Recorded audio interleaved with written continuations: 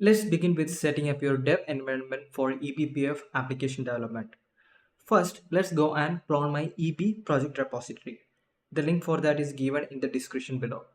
In that, I have a make file. You only have to run make install to install and set up CLang, LLVM, BPF tool, and Go version 1.20.2. These are the only tools which we need to get started. Let's see. So as you can see here, I have already cloned the repository and I am using Visual Studio Code as my editor. I'm also using Debian 12 operating system for the entire course. So let us first look into the readme.md file. So I have given some instruction for the initial setup here. So the first step, install make. As I mentioned before, I'm using make utility to orchestrate all the installation and setup of the prerequisites. So let us first install the make utility by running this command.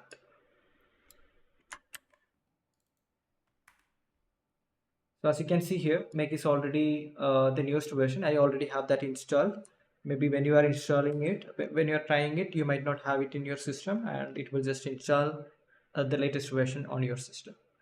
So the next step is to install the prerequisites like CLang, LLVM, Golang and BPF tool using sudo make install command. Before I execute that command, let us just see what is I have defined in the make file. So you can see the make is executing the install command here, right? So install is kind of executing another set of commands here. So install is executing, invoking update, upgrade, install LLVM, install CLang, install BPF tool, install go and set path commands. So you can see the definitions of each of them here. These are nothing but some generic basic Linux commands to update the packages and install them. So let us just install all of them using sudo make install command.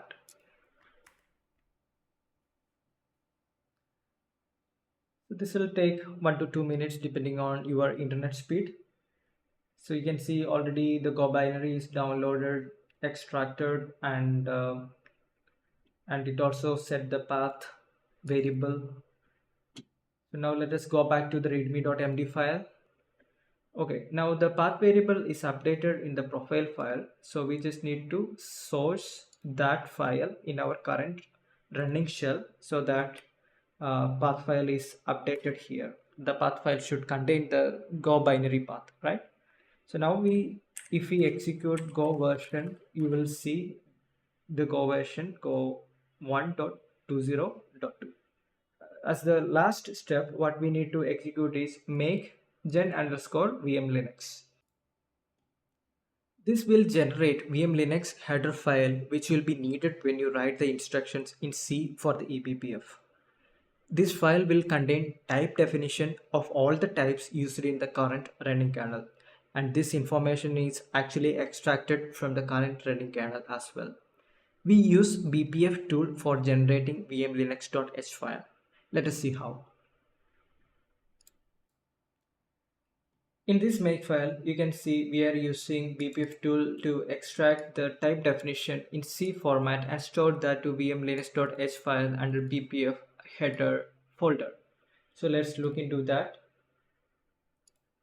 I have already executed that command before. That's why you are seeing this file here.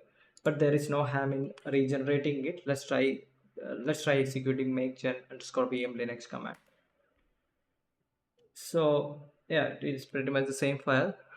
So here you see it is very large file containing all the type definition which are there in your current running kernel, all the user defined types, all the struct, all the type def, all the enum, all the union, everything is here in this file.